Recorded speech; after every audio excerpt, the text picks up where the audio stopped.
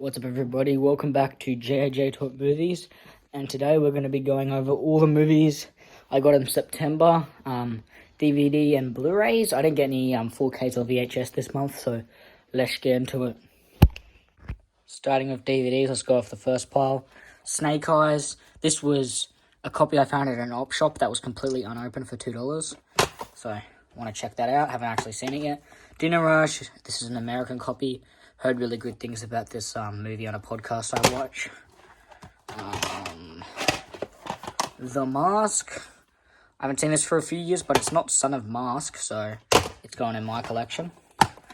The Amazing Spider-Man, dog shit movie. I hate Andrew Garfield, but I want all the Spider-Man movies, and this was 50 cents. Sorry, no, $1, so it's worth it, and it's got some stuff. Alright, then we have 10 Things I Hate About You. Bought this one to check it out, and I've checked it out, and I really enjoyed it. It's funny how this guy ended up playing the Joker. Such a different character in this movie.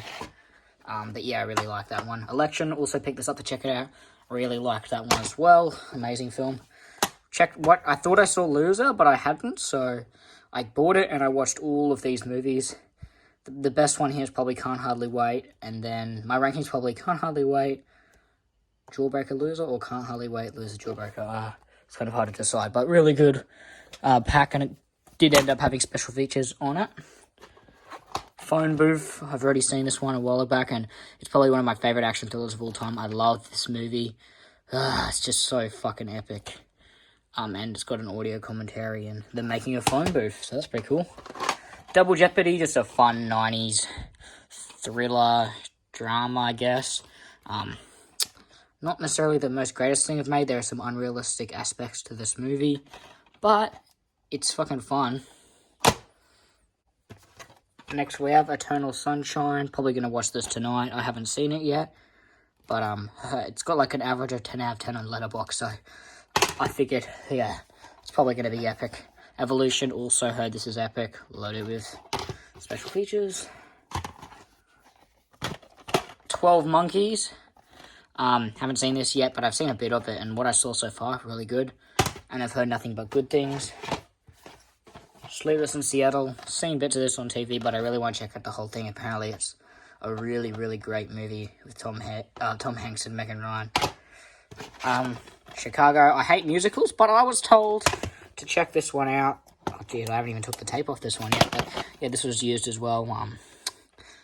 Yeah, I haven't checked it out yet, but I've told, even if I don't like musicals, I might like that one anyway, apparently. Kiss Kiss Bang Bang. Heard nothing but good things about this as well, so I thought, screw it, I'm going to check this one out. Pretty fucking awesome. Then we have a movie I got for free, Beer Fest. Jude from J.A.J. Talk Movies, this channel, was chucking this out, and I figured, nah, I'm taking this. If it's going to get chucked out, I'm going to take this for free and check it out. Probably will check it out in the holidays. Because I got a 2-week holiday, so I'm going on a big spree. So yeah, it'll have to be some random time, because I'm kind of going through my October kind of Halloween fest right now. So yeah, Phantom of the Opera. It was 50 cents. I thought I'd get it and check it out. And pretty much say it isn't so. It looks cool. I've never actually heard anything about this. I just pretty much just picked it off because of what the DVD specs were, and my kind of guilty pleasure genre is rom-coms, or like teen and college movies, and kind of rom-coms like that. And then we got Bring It On. Jude is just like loves this movie, so I figured it's probably good. I mean, it's kind of a, my guilty pleasure genre, so I'll probably really enjoy it. Then, not necessarily pick up, just something I'm borrowing, I thought I'd check out. Amadeus Director's Cut, that's Jude's, but I thought I'd just talk about it because it's right there. Next we got Wolf Creek 2. Not necessarily sure if this is the theatrical or director's cut, which is kind of confusing because I've only seen the director's cut, so if this turns out to be the theatrical, I'll probably just end up getting it on Blu-ray because I want the director's cut.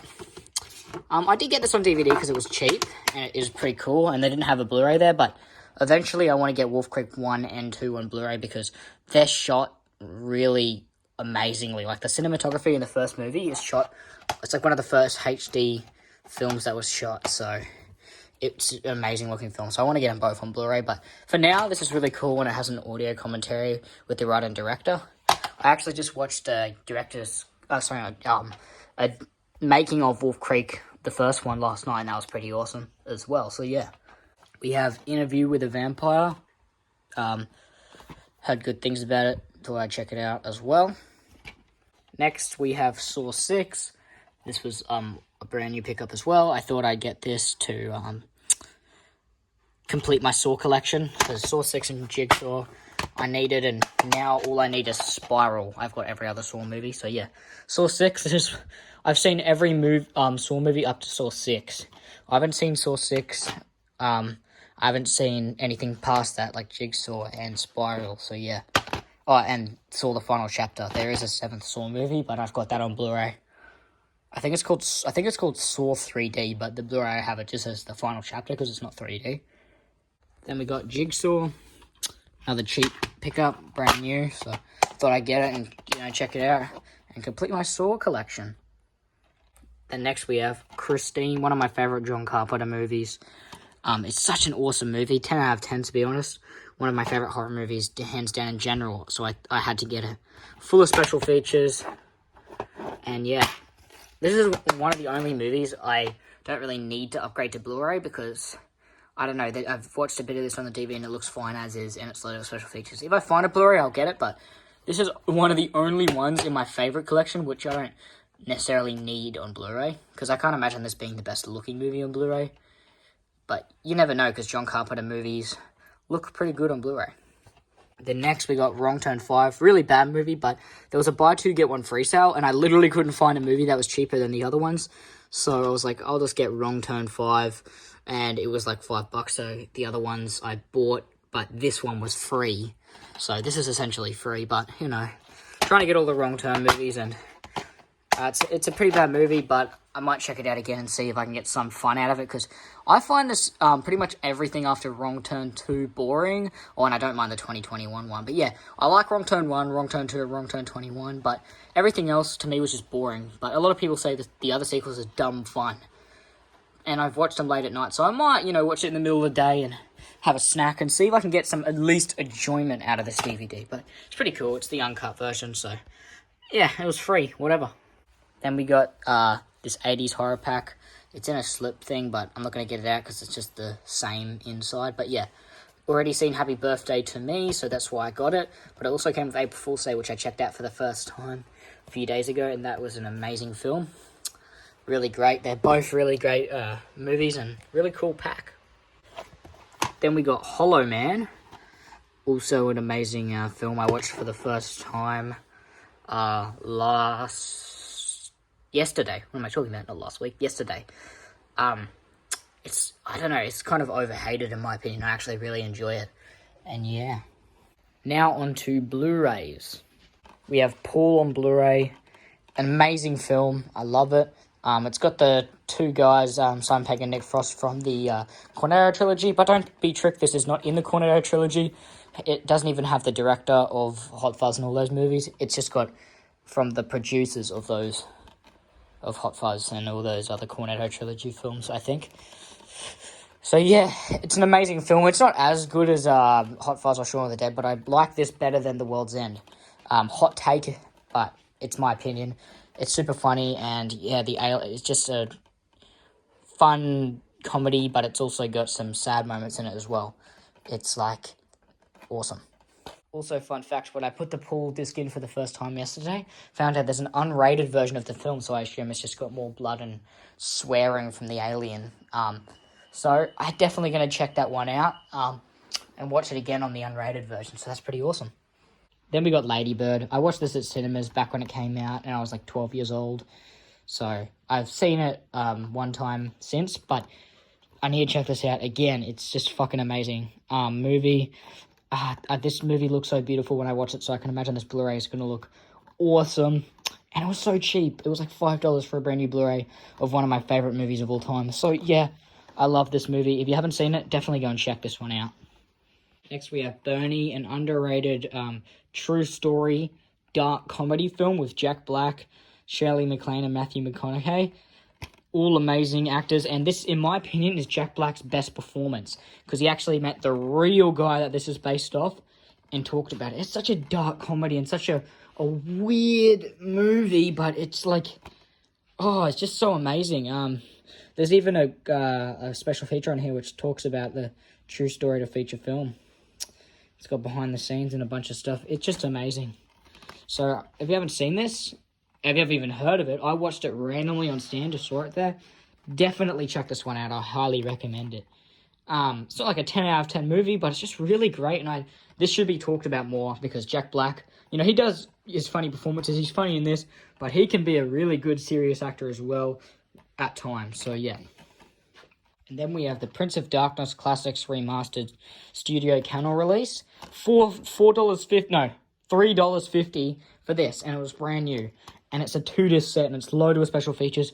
I watched this for the first time on this Blu-ray, because I got it to watch the movie, and it's such a great movie. Not one of them, well, it is a good movie, but it's not one of his best, but it is still up there with some of the greats in the horror genre.